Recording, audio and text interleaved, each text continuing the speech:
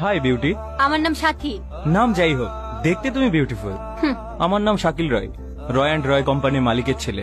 তো আমি কি করব? তোমার তো খুব অ্যাটিটিউড দেখছি। অবশ্য আমার গার্লফ্রেন্ড হতে গেলে এইটুকু থাকা দরকার। মানে? আমার তোমাকে পছন্দ হয়েছে। I love you. How dear you! আমাকে অপমান করলি? আমি ইচ্ছে করলে রাতারাতি তোর এই রেস্টুরেন্ট কিনে ফেলতে পারি, বুঝলি? তোর এই টাকার গরম অন্য কোথাও গিয়ে দেখা, আমাকে না। এই অপমানের মাসুল তোকে দিতেই হবে। আরে যা যা।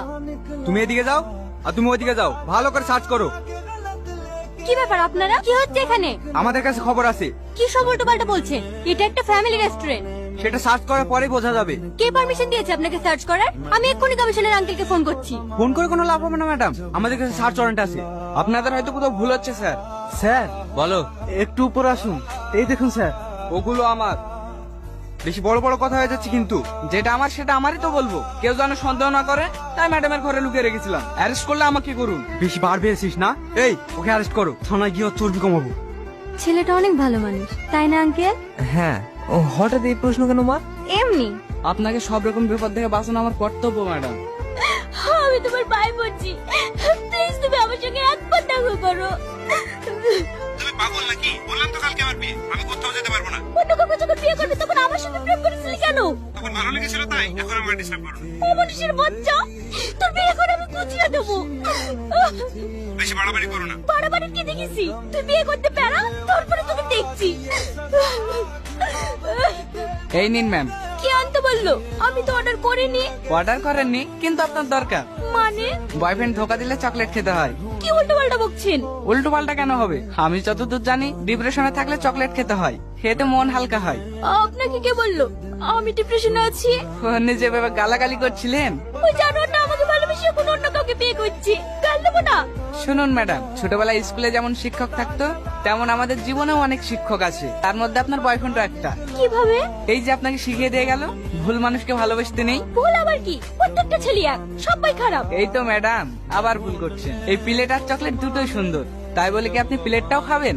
না। তাহলে সব ছেলেরা একরকম দেখতে হলেও সবার মন এক হয় না। আপনি কিন্তু ভীষণ অদ্ভুত কথা বলেন। আর আপনি অদ্ভুত গালাগালি করেন। আমার নাম মায়া, আর আপনার?